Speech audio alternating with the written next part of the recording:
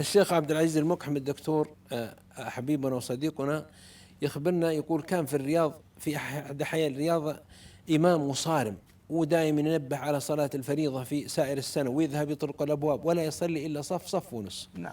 ومسجده كبير. جاء رمضان يمتلي المسجد ويفرشون السجاد برا، شوف نافلة. نعم. يجون التراويح والفريضة لا. الفريضة. قال تعال امسك الميكروفون في العشاء قبل أول تراويح أول ليلة. نعم.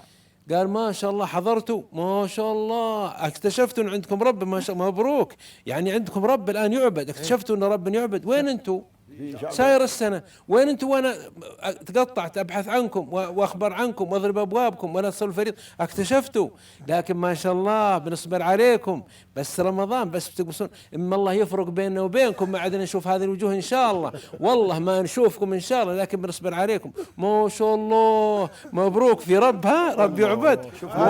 إيه قال ويناظر في عيونهم، ما اكتشفتوا في رب ها يعبد. ها يعني الفريضة ما في صلاة وامسكهم شيء. قال ولكن العيد حدنا، وإن شاء الله ما عدنا نشوفكم إلا بعد سنة، نتحملكم يلا.